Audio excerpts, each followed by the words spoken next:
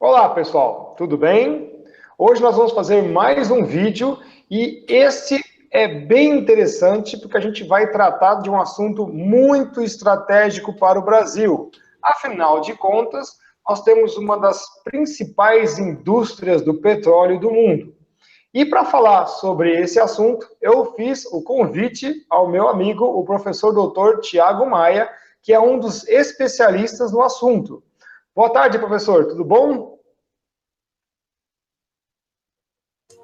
Boa tarde, professor Ricardo, tudo bem? Todos os inscritos do seu canal. Bom, obrigado, né, por falar dos especialistas.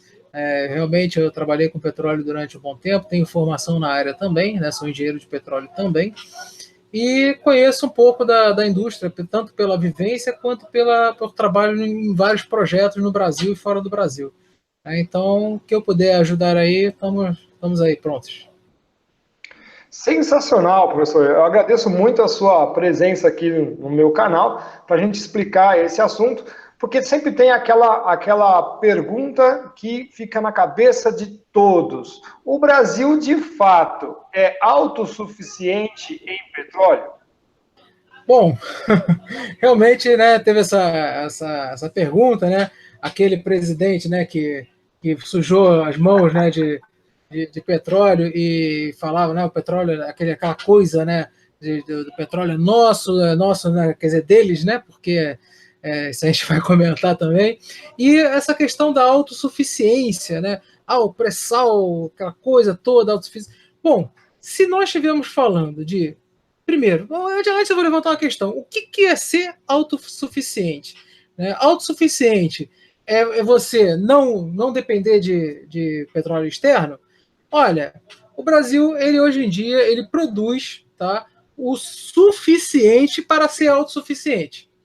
Mas ele não refina o suficiente para ser autossuficiente. Então, essa autossuficiência ela é relativa, né? Então, por exemplo, você pode retirar relativo a ser o volume, né, para poder ter uma certa autossuficiência, mas aquele volume que você tira de petróleo não é suficiente para produzir o que nós precisamos de gasolina, às vezes não é suficiente para produzir o que nós precisamos de diesel. E nem temos essa capacidade de refino, infelizmente. Tá? O Brasil ainda precisa de mais refino, melhorar as refinarias, né, aumentar refinarias para poder realmente, né, ter ser altamente autossuficiente, né, ser completamente autossuficiente nessa parte de combustíveis. Então, para deixar bem claro para os nossos ouvintes, então quando você chega lá com o petróleo bruto, ele vai ser fracionado em diversos tipos de produtos. Inclusive, a gente não vai abordar agora nessa palestra, mas o professor já falou também que você tem ainda uma margem de intercambiamento para você tirar um pouco mais, às vezes, de gasolina, ou um pouco mais de JP5, ou mais de diesel, né? Então, fatalmente, o Brasil, de repente, pode importar gasolina, dependendo do mês que o consumo foi maior, e ele não conseguiu, através do seu petróleo bruto, produzir a quantidade suficiente, então ele importa a gasolina, por exemplo. Importa todo mês, toda semana, importa muito. Tá? Aqui no Rio de Janeiro, na Baía de Guanabara, tem, né, uma ilha da Petrobras que é justamente só para importação e exportação de derivados. É mais para importação. Então, ali chegam os navios cargueiros, colocam, né, os pais de combustível, fazem um offload, né, para poder fazer essa armazenagem. Ali é uma base logística da Petrobras, e dali se distribui para a terra, para as empresas que compram esse combustível importado. A ANP que regula isso, tá? Pelo menos aqui no Rio de Janeiro são 40 e poucas empresas que são aptas a fazer essa importação de combustível. Tá? Então, quando você fala de combustível, desde que que a aviação, gasolina, diesel, GLP, então tem uma lista de produtos que são possíveis para ser importados. Então você tem lá a ANP libera, depois que você chegou no Brasil, você tem, por exemplo, a empresa A comprou 1 milhão de litros de gasolina, supomos. A empresa B, meio milhão. A empresa C, 300 mil litros. Então, o tanque lá tem 1 milhão, 2 milhões de litros. Então, já fica reservado para cada empresa aquela quantidade. Aí o empresário vai ser obrigado a retirar o produto. Tá? Ou por meio de outra embarcação, ou por dutovia, se tiver.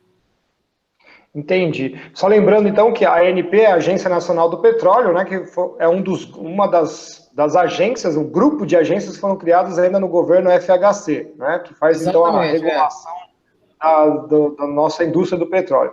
Só um instantinho, professor Ricardo. A ANP agora ela é petróleo, né, gás e biocombustíveis. Tá. Então, o leque de atividades aumentou, né? A segunda pergunta que sempre fica na cabeça das pessoas é o nosso parque industrial do petróleo, ou seja, nossas plantas industriais, elas conseguem derivar todos os subprodutos do petróleo, seja ele fino, grosso, de qualquer tipo de qualidade? Consegue. As nossas refinarias, para o nosso petróleo ser um dos mais pesados, né, mais brutos, né, ou seja, o chamado grau API, né, densidade. Grau API é densidade. Tá? Quanto mais alto for o grau API, menor seria a densidade, seria um fluido mais leve. Quanto menor for o grau API, maior a densidade, ou seja, um fluido mais pesado, aquele petróleo mais carregado com mais produtos de maior cadeia carbônica. Por exemplo, um GLP, né? GLP é propano e butano. Tá? Então, ele tem, basicamente, tem outras coisas, claro. Tá? Então, ele basicamente tem 3 carbonos a 4 carbonos. Tá? Existem cadeias carbônicas no petróleo de mais de 200 carbonos. Então, aí já estamos falando de asfaltenos, né? Dos asfaltos. Né? O coque, essas coisas. Só que, como o nosso petróleo ele não é tão assim, leve, tirando a parte lá do Amazonas, que tem petróleo leve, mas em pouca quantidade em relação ao volume nacional, as nossas refinarias elas são preparadas sim para derivar para refinar qualquer tipo de óleo. Tá? Nós temos a tecnologia, a Petrobras é muito, mas muito boa, muito, mas muito forte no refino. O problema é que não conseguimos ter em quantidade.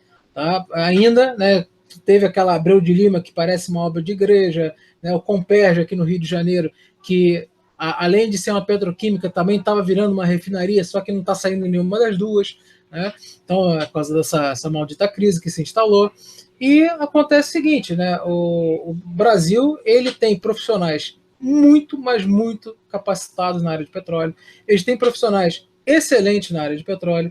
As refinarias dão conta, sim, de refinar, tá? Só que é aquilo, né? Você tem que ter um projeto, uma coisa, como é que eu posso explicar melhor para as pessoas não entenderem?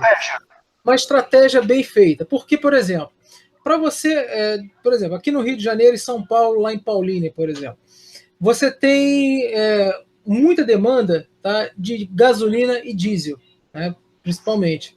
Tá? Então, quando o Estado, a Petrobras, define, olha, nós estamos precisando de uma maximização no produto gasolina. Então, o óleo bruto, ele chega na refinaria, ele fica num tanque, tá? Ele tem que ter um tempo para decantar. Por quê? Porque existe um negócio chamado BSW, né, que é Basic, Sólido e Water, ou seja, básico, né, sólido e água, que são contaminantes para o petróleo. Então, você deixa aquele óleo parado, né, a água vai se separar, a parte sólida vai decantar e você tira um petróleo mais limpo para poder jogar para refino. Isso adianta o refino. Tá? Então, para você produzir gasolina, isso são vários tanques numa refinaria. Você faz um blend, ou seja, uma mistura, tá, de vários tipos de petróleo para dar aquele grau API, tá, ou seja, aquela densidade para maximizar o fluido gasolina.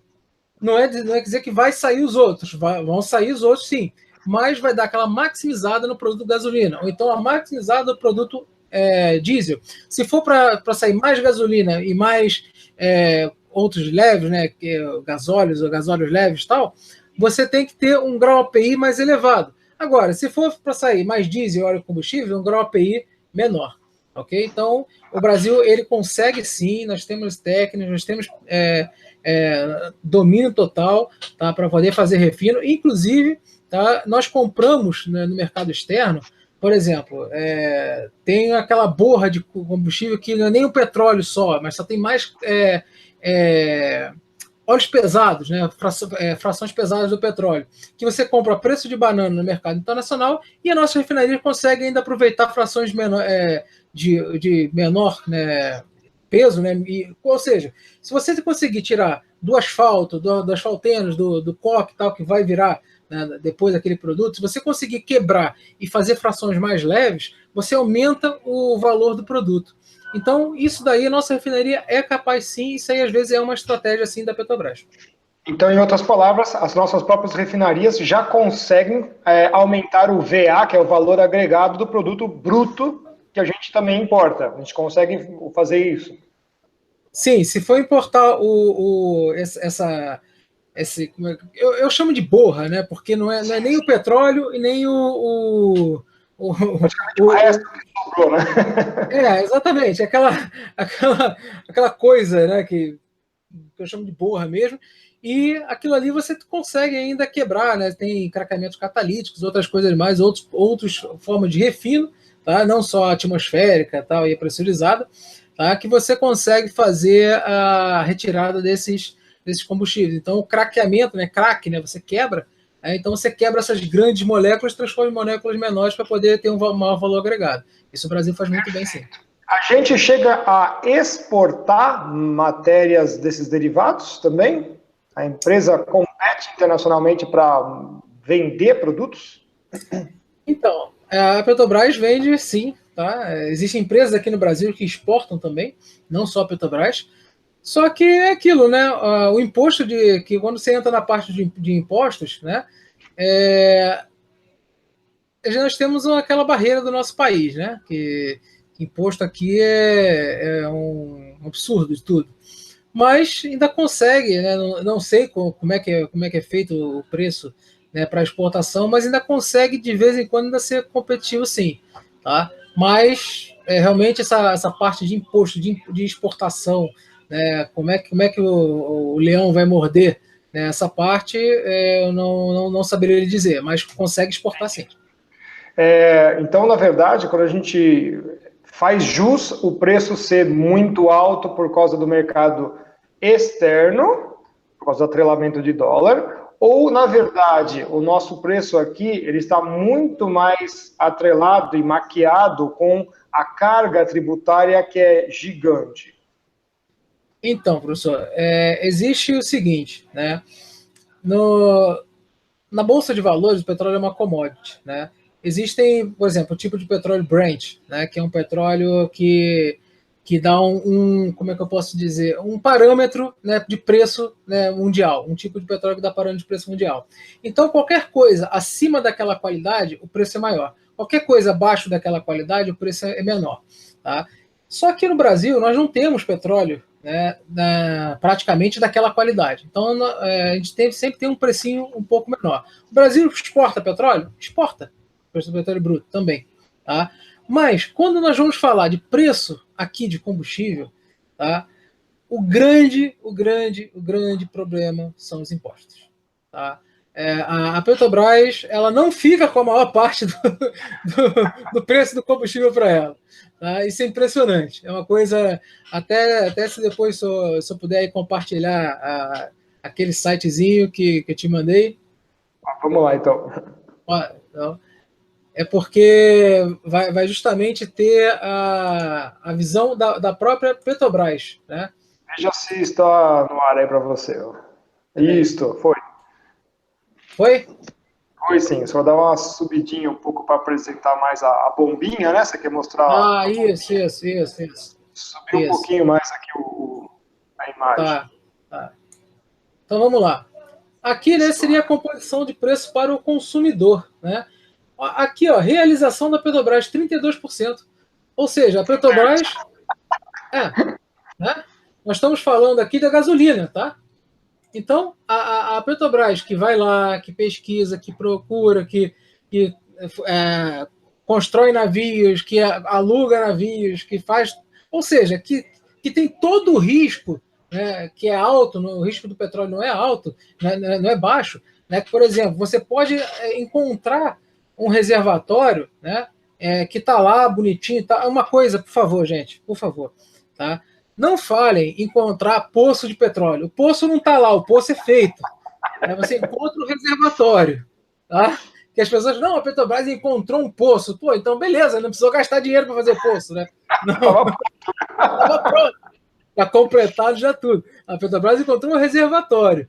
Então, nem sempre aquele reservatório ele é economicamente viável para a tecnologia atual.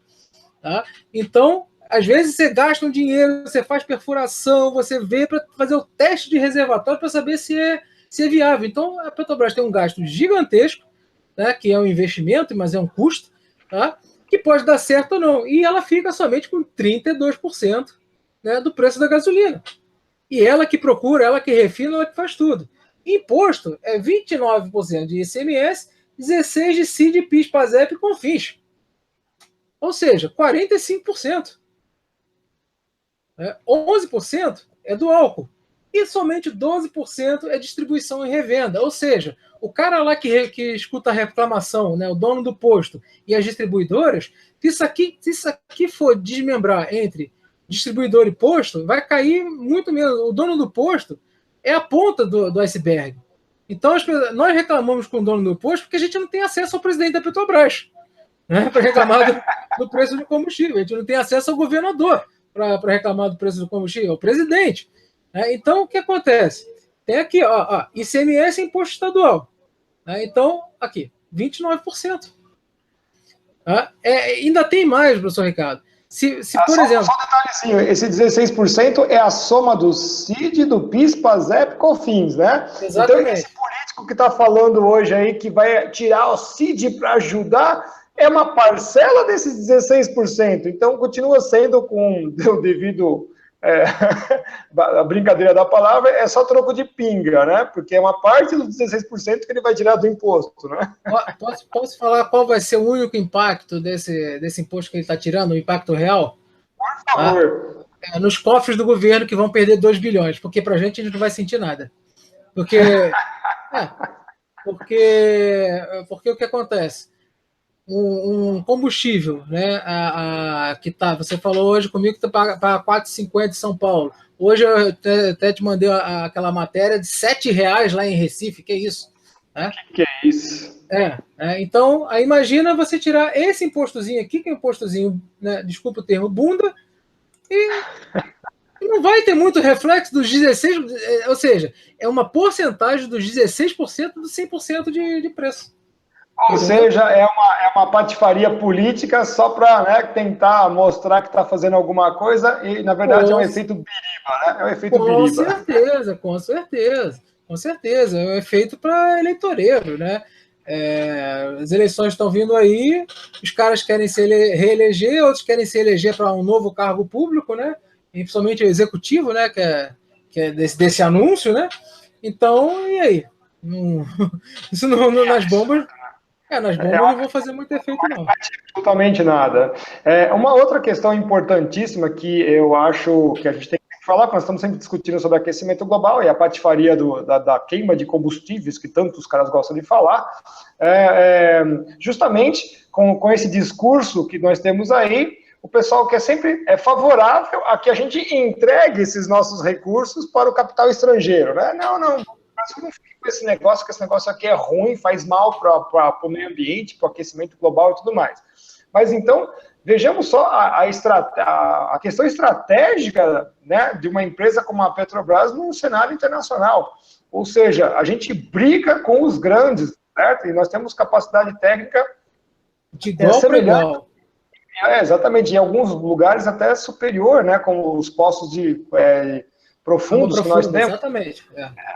E aí eu fico, assim, bastante receoso quando começo, não, vamos privatizar a Petrobras, eu fico pensando, mas espera aí, nós vamos realmente entregar o controle de uma empresa como a nossa, que ela tende a ser altamente estratégica para o Brasil?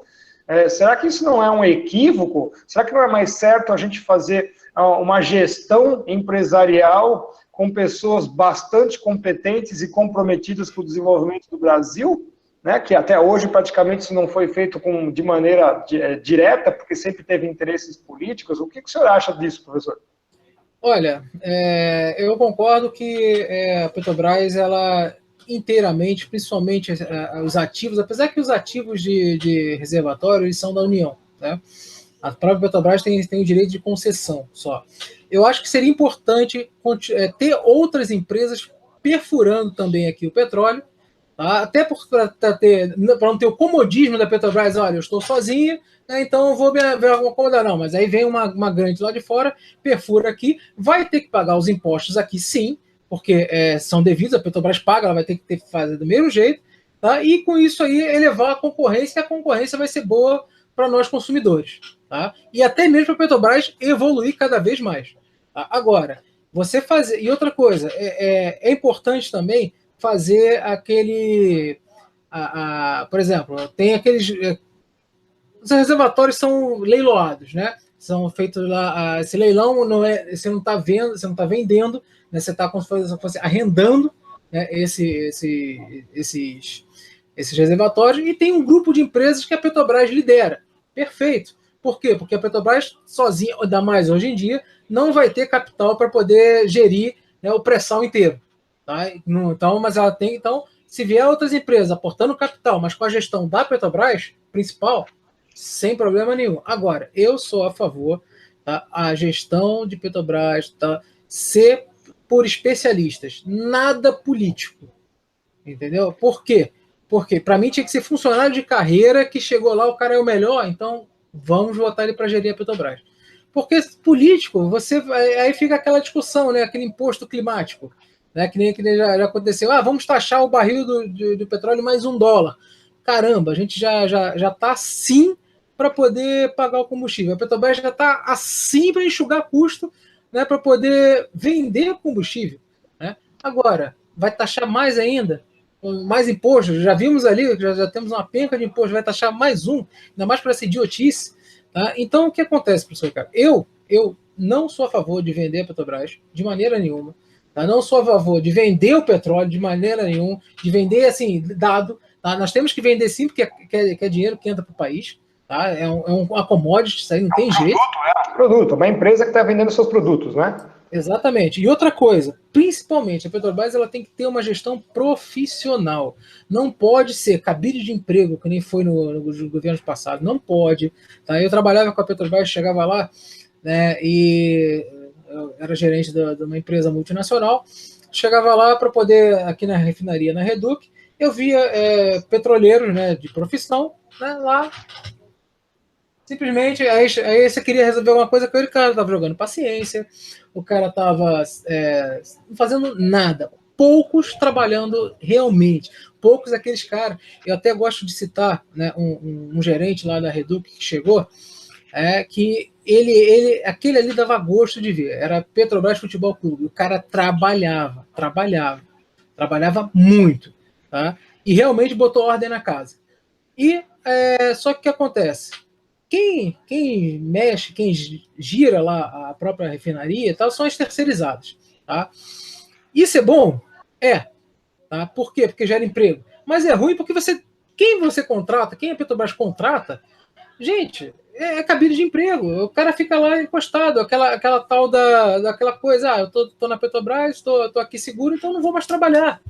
Entendeu? Eu vi muito disso, professor Ricardo. Então, falta uma gestão profissional. Né? Profissional de quê? De você chegar desde lá de cima até o nível gerencial, de realmente assim, olha, vamos dar o exemplo para quem está embaixo. E, infelizmente, a Petrobras ela carece muito disso ainda. A Petrobras é uma excelente empresa, uma empresa fantástica, tem de tudo. Nossa, tecnologia tremenda. Tem o Sempre aqui no Rio de Janeiro, que pesquisa, né, ali no campus da UFRJ. Nossa, eles são fantásticos. Eu bato palmas para eles. Mas tem esse entrave, né, dessa burocracia de ainda ser alguma coisa pública. Né? Então, se pudesse ter uma gestão compartilhada entre mais economia mista e menos de aquela coisa de entrave de órgão público, seria muito melhor.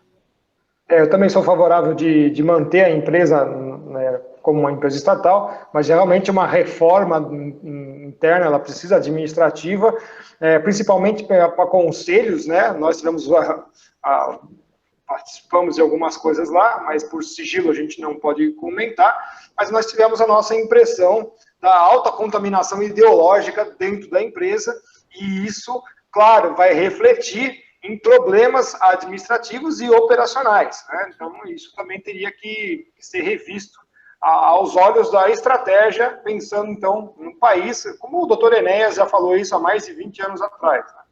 É uma coisa que a gente tinha que lembrar.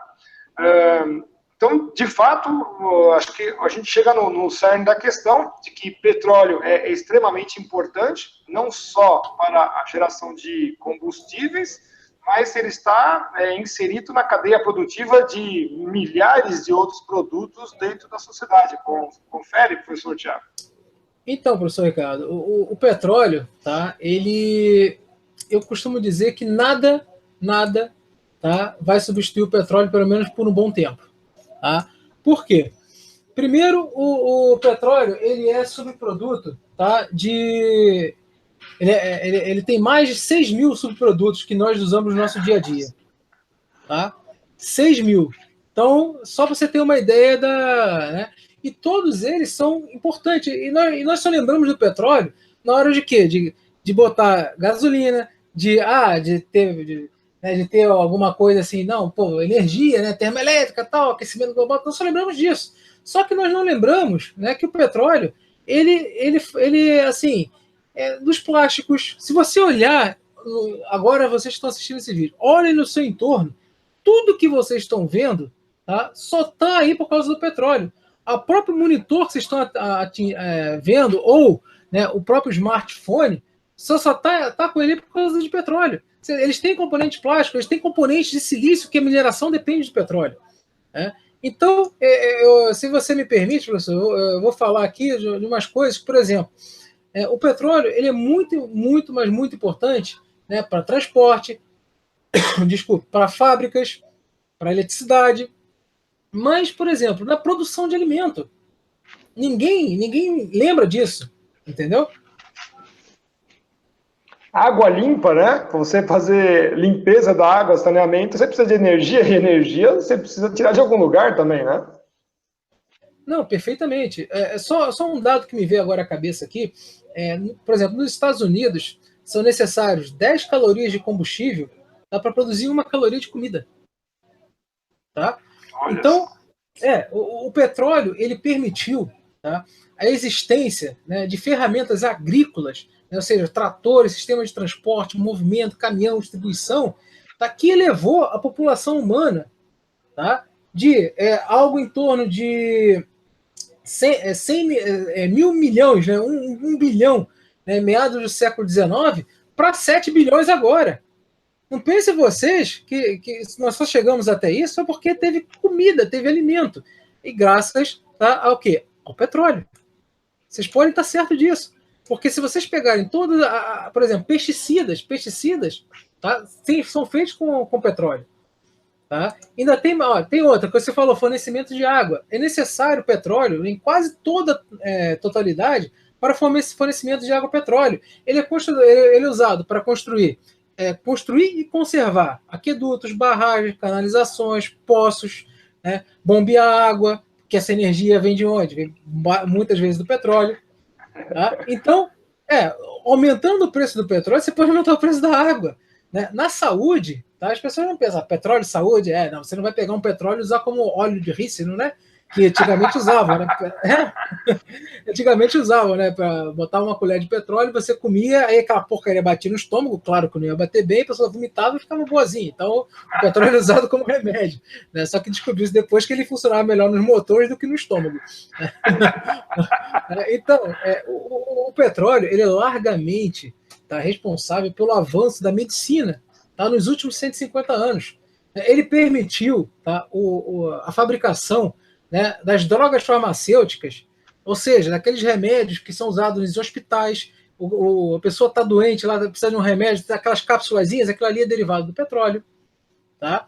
Então, além dos equipamentos cirúrgicos, tá, que muitos deles usam né, algumas fibras, tá, que são derivadas do petróleo, né, ou seja, um desenvolvimento da infraestrutura para a saúde pública, ambulância. Você não imagina uma ambulância, né, sem petróleo. Ah, vamos botar um painel solar numa ambulância. Né, uau, uau, uau, uau, uau, de repente, né, ficou nublado, choveu a ambulância. Né? Não tem atendimento. Não tem, acabou. Né? Então, e mais, se você pensar todo o resto, né? Olha, todo o aspecto de consumo, né? Desde sistema de esgoto, tratamento de resíduos, né? Manutenção de estradas, serviços policiais, bombeiros, defesa nacional. Gente, tudo isso depende de petróleo. Tá? Olha, eu tenho dito, né, e falo, né? O colapso do petróleo, tá, é o colapso da economia. Tá? Aí o que isso gera? Guerra, fome e decréscimo maciço da população mundial por fome. Então, o que acontece? O petróleo é tão importante que eles querem manter esse controle. Aí gera aquecimento global, o petróleo está acabando, né? Gera aquele bando de histerias. Né? O mais divertido é que se colocar um imposto climático em cima do petróleo, como prevê esse lixo desse Acordo de Paris, que eu espero muito que o nosso próximo presidente também mande um pé na bunda dessa turma, né? Justamente você vai ter um imposto que começa no início da cadeia produtiva e vai ser uma mamata que vai ficar por anos, anos e anos, até eles chegarem com as novas matrizes energéticas que a gente já vai discutir em breve também num outro vídeo, né? Sim, sim. É só para você ter uma ideia, né? O petróleo ele representa, hoje em dia, né, perto de 80% a 85% da produção de energia mundial. É muita coisa. Entendeu? Então, é um controle que eles querem, não só através do preço, né? E realmente, essa parte, né, de aquecimento global, que você e o professor Molion, né, com mais ênfase, né, na mídia como nossos principais defensores, né, Geraldo, o Daniela e outros muitos nomes nossos, que tentamos alertar, né, e outros expoentes lá de fora também. Só que se você vê, né, vocês falam muito também, né, eu não sou especialista em geopolítica, longe de ser, mas falam muito da Fundação Rockefeller, né? E Rockefeller ele veio de onde? Pois é. Para quem está nos assistindo, procurem um negócio chamado Standard Oil. Tá? A Standard Oil, na época, lá dos primórdios do petróleo, tá? Só vocês terem uma ideia, a Standard Oil, a divisão dela, tá? Ela se formou 7 grandes empresas de petróleo, tá? E dentre elas é a Exxon, tá? É a antiga Mobil, né, que ficou junto, a Chevron e outras mais, né, também muito, mas muito grandes empresas de petróleo, que eram todas uma só, que era o Standard Oil, que era do grupo Rockefeller. Incrível. Bom, acho que nós já estamos com 1 hora de conversa, né? A gente pensou em fazer uma coisa de 20 minutos. Bem mais do que isso. Você gostaria de fazer alguma consideração final, professor? Nós vamos ainda falar mais sobre petróleo, certamente, aqui, que é uma coisa importante que o brasileiro precisa saber dessas informações. Vamos falar mais coisas técnicas também. Mas eu gostaria que o senhor fizesse as suas considerações finais para a gente ir encerrando aqui o nosso vídeo. Bom, primeiro eu quero agradecer a presença e a oportunidade a todos aí, ao professor Ricardo, obrigado a todos que nos assistiram. E falar o seguinte, pessoal, realmente o petróleo é nosso. Tá? Mas não como eles costumam dizer, não como eles costumam fazer aquela propaganda, né, política, aquela ideologia barata. Tá? O petróleo é nosso porque ele tem que trazer desenvolvimento para o Brasil. Tá? O petróleo é nosso porque o dinheiro que é recebido dele, tá? Ou seja, eu não estou querendo... Pelo que me parece, esse povo aí que fala que o petróleo é nosso, parece que eles têm que tirar o petróleo da terra e guardar, ficar debaixo do braço, aí não gerar riqueza com ele. O petróleo tem que gerar riqueza, só que essa riqueza ela tem que ser bem aproveitada. Tá? Então, sou longe de ser especialista em geopolítica, muito longe mesmo, mas eu entendo um pouquinho da cadeia do petróleo, eu entendo um pouquinho do que ele pode proporcionar para a economia, tá? Porque a petróleo, pessoal, é a maior indústria do mundo. Tá? O petróleo é a maior indústria do mundo. Um dos seus derivados, tá? Se eu não me engano, está entre o segundo ou o terceiro líquido mais consumido do mundo, que é a gasolina, perdendo para a água. Né? Eu acho que a gasolina é o segundo líquido mais consumido do mundo. Acho que o terceiro é um refrigerante que eu não vou falar aqui, porque vou dar propaganda de graça, mas eu adoro ele. Então, mas, sabe, existe o petróleo, ele está aí, é para ser explorado, é para ser realmente retirado. Nós temos condições. Ah, mas o impacto ambiental, tá. Gente, por favor, tá? Qualquer vazamento de óleo que tenha no mar, que as pessoas falam, nossa, matou. Isso não acontece toda hora, pessoal. Isso não, aquelas pessoas lá do Greenpeace, não sei o que tem na cabeça às vezes, pega aquele barco deles imenso, um barco sustentável, motores gigantescos, consome diesel pra cacete aquela bosta. Mas estão lá, então pega um veleiro, pega um veleiro ou barco a remo e vai lá. Mas aí agora, quando nós falamos de petróleo, nós temos que ter associado a riqueza. E riqueza para ser convertida em bens para o país. Riqueza para ser convertida em empregos para o país. Vocês não sabem a quantidade de empregos que uma plataforma gera. Vocês não têm ideia. Tá? Vocês não têm ideia. É um efeito cascata que vai crescendo e as pessoas ficam assim, mas aquilo não serve de nada. Não, a indústria do petróleo é uma indústria de base e toda a indústria de base que você fomenta, você cascateia um crescimento de diversas outras empresas, diversos empregos, a arrecadação de impostos, é uma coisa enorme, né? E no final das contas melhora a qualidade de vida das pessoas, né? Sim, com certeza. E não só em baratear produtos, né, que a gente compra, é gerar realmente renda. Tá? E uma coisa muito importante, pessoal, que às vezes as pessoas ficam aquela coisa assim de filme e tal, ver o filme, aquele filme de Hollywood, né, que descobre petróleo, aquele petróleo jorrando, todo mundo né, se banhando no olho de petróleo. Isso não funciona assim. Descobriu o petróleo, a pessoa quer tampar aquele poço de mas é tão rápida. E já tem equipamentos que são feitos para isso, são manifolds, depois chamado árvore de Natal, que fecha, a gente pode fazer um vídeo mais técnico, depois eu explico sobre isso, que o óleo não vai ficar jorrando, ficar jorrando petróleo. Você está perdendo dinheiro fazendo isso. Exatamente. As empresas não vão perder dinheiro, entendeu? Então, eles não são malucos. Né? Então, pela dificuldade, então, existem muitos mitos relacionados ao petróleo, tá? E um dos mitos que depois, com certeza, o professor Ricardo vai querer explorar, é de que o petróleo está acabando. Com certeza. Aquela chamada, né, curva de sino do petróleo, chamado peak oil, vocês podem procurar aí na internet, peak oil, né, que quando eu fiz a faculdade de engenharia de petróleo, falavam que o peak oil ia ser em 2020.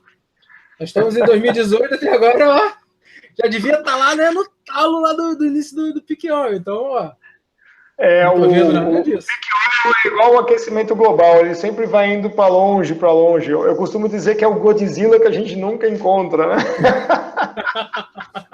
Exatamente, né?